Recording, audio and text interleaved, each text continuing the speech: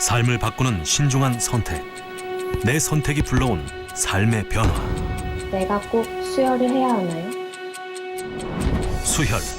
과연 환자를 살리는 최선의 선택일까요?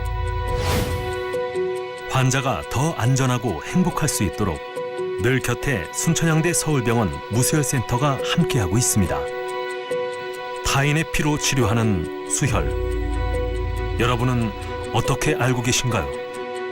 일단은 의사 선생님들한테 맡겨야 될 것 같아요. I've heard a little bit about it, but I don't know much in detail. 어쨌든 남이 피니까 좋지는 않을 거 아니에요, 그게. 그렇다면 타인의 피가 아닌 보다 안전하고 믿을 수 있는 무수혈, 최소수혈 치료에 대해 혹시 알고 계신가요?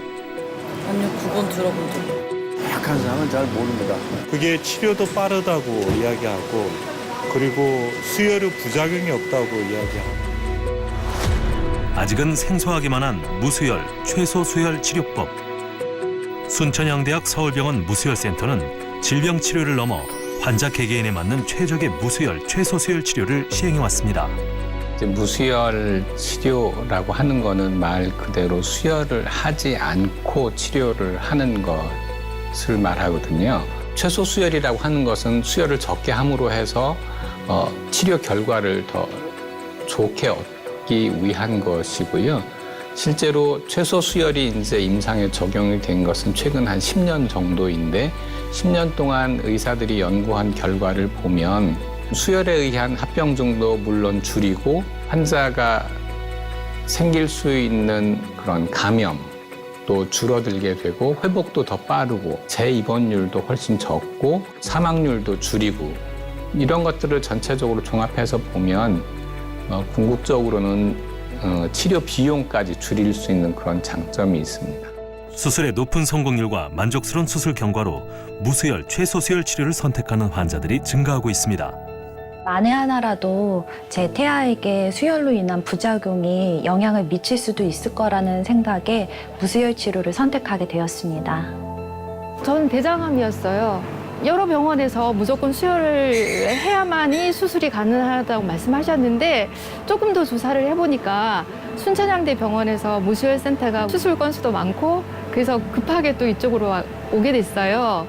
혹시 수혈 때문에 일어날 수 있는 여러 가지 부작용에 대한 걱정 하나는 덜게 되니까 저는 좀 마음도 편하고 그래서 좀 긍정적인 마음으로 적극적으로 회복이 더 잘 됐다고 저는 믿고 있어요. 무수혈, 최소수혈 치료로 환자의 안전한 수술과 빠른 회복을 도와 환자, 보호자 모두가 만족하고 신뢰하는 병원으로 거듭나고 있습니다. 수술하고 잘 나으셔서 가요.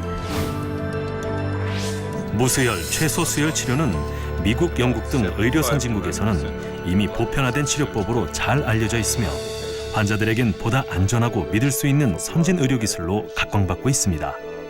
호주 같은 국가에서는 이제 혈액 사용량이 줄어든 것뿐만이 아니고 환자 치료에 대한 결과, 그다음에 의료 비용에 대한 데이터를 쭉 수집을 해왔는데요. 이러한 최소 수혈 방법을 선택하고 나서 입원 기간 줄어들고, 그다음에 치료 중에 발생할 수 있는 합병증 줄어들고, 그다음에 치료 후에 사망률 줄어들고요. 호주처럼 의료를 국가에서 책임지는 나라는 국가 의료 비용, 국가 재정이 굉장히 많이 약 40% 정도 감소가 돼서 최소 수혈 치료 방법을 계속 확산을 하고 있습니다. 무수혈, 최소수혈 치료법에 대해 관심이 점차 증가하는 이유는 그동안 수혈 치료 후 발생하는 다양한 부작용과 감염 위험 증가에 있습니다. 어떤 환자가 이미 가지고 있는 항체와 들어가는 우리 피에 있는 항원이 반응을 해서 나타나는 그 용혈성 수혈 이상 반응, 이런 것이 있을 수가 있고요. 많이들 아시다시피 HIV라든지 B형 감염, C형 감염 이런 여러 가지 그 감염성 질환이 전파될 수가 있습니다. 수술 후 발생한 다양한 수혈 부작용으로 고통을 겪고 있는 환자들. 중환자실에 있는 환자들한테는 열이 난다거나 하면 감염과 상당히 구분이 안 가는 상황들이 생길 수가 있습니다. 그래서 괜히 불필요한 항생제 치료를 유발하게 되는 경우들도 있을 수가 있고요. 그리고 과다한 양이 들어가거나 양이 좀 적더라도 빠른 속도로 들어가게 되거나 뭐 심장 기능이 떨어져 있고 그런 환자들에게는 이렇게 수혈을 하는 것 자체 때문에 호흡곤란이 발생하는 경우들도 있을 수 있거든요. 수혈 전 모세혈관에서 원활하게 움직이던 적혈구. 그러나 수혈 후 혈관을 막는 부작용이 발생할 수 있습니다. 매년 수혈 부작용을 겪는 환자는 점점 늘어나고 있는 추세. 또한 헌혈률이 감소하고 수혈률이 증가하면서 혈액 고갈 현상이 더 심해지고 있는데요.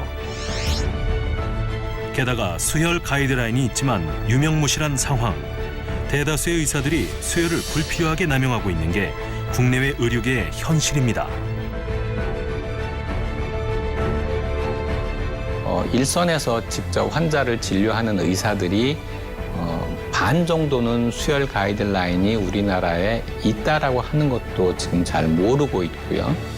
가이드라인에 따라서 수혈을 좀 적게 하려고 노력해야 될 필요가 있는데 내가 그동안 경험해왔던 것 아니면 선배 의사들이나 동료 의사들이 치료하는 걸 보고 굉장히 그 수혈을 남용, 무분별하게 하는 경향이 아직 우리나라에 있습니다.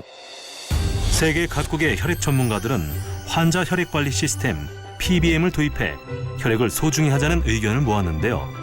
순천향대 서울병원 무수혈센터는 보다 빨리 선진국 수준에 이르는 체계적 혈액 관리 시스템을 도입, 환자에게 적정량의 수혈을 시행하고 있습니다. 혈액관리 프로그램이라고 그거를 이제 저희 기관에서 한 2년 전부터 개발을 해서 사용을 하고 있습니다. 환자에게 정말 필요한 혈액을 최소한으로 수혈을 해서 수혈 부작용, 수혈 이상 반응을 그만큼 방지를 하기 위한 것이고요.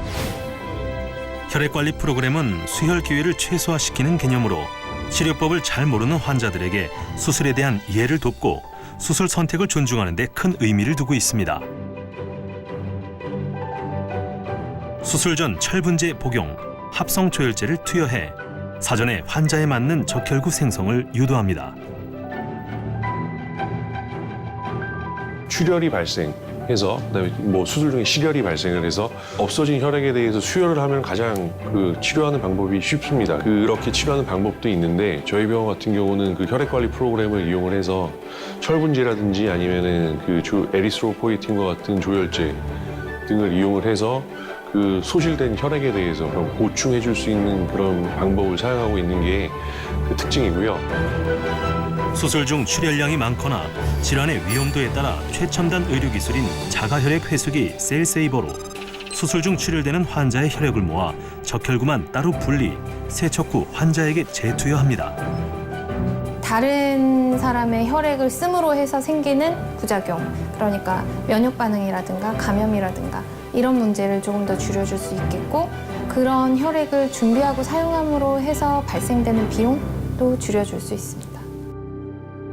자가혈액 회수기를 사용해 수혈의 부작용과 잠재되어 있는 감염에 대한 두려움에서 벗어나 보다 안전한 수혈이 가능해집니다. 순천향대 서울병원 무수혈센터는 환자에게 양질의 의료 서비스를 제공하며 진단의 정확도와 치료 성공률을 높여가고 있습니다. 제가 순천에 근무한 게 이제 한 14년 된다고 치면 수혈에 대한 제 생각은 180도 바뀌었다는 게 맞고요. 수술을 하기까지 시간적 여유가 좀 있다고 그러면 다른 여러 가지 보조 치료를 통해서 수혈이 필요치 않은 상황을 만들어 놓고 수술을 해왔거든요. 그래서 최소 수혈센터에서 몸을 담고 일을 한 초기 7년과 후기 7년은 아주 드라마틱한 변화가 있었던 건 사실입니다.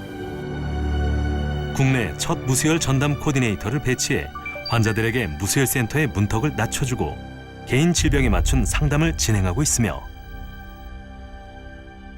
24시간 무수혈 응급의료센터를 운영, 급박한 응급 상황에서도 최상의 의료 서비스를 받을 수 있는 시스템을 갖추고 있습니다. 의료진들은 환자 개개인 맞춤형 의료를 실현하는 다학제 진료 시스템을 진행하고 있으며 원내 의료진들의 끊임없는 연구와 노력으로 6,000건에 달하는 수술을 진행, 세계적 의료기술 선진화에 앞장서며 널리 이름을 알리고 있습니다.